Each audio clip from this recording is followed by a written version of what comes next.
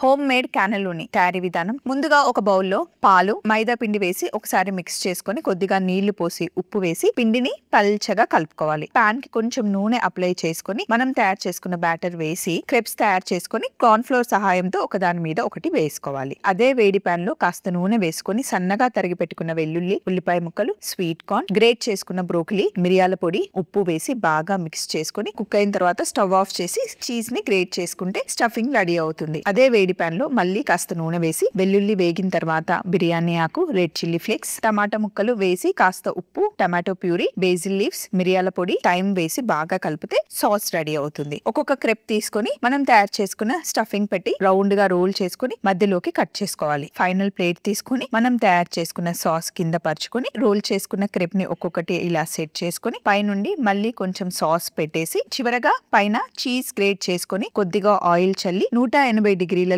10 నిమిషాలు ఓవెన్ లో బేక్ చేసుకొని బయటికి తీసి బేసిల్ తో గార్నిష్ చేసుకుంటే ఎంతో రుచికరమైన హోమ్ మేడ్ క్యానెలోని రెడీ అవుతుంది.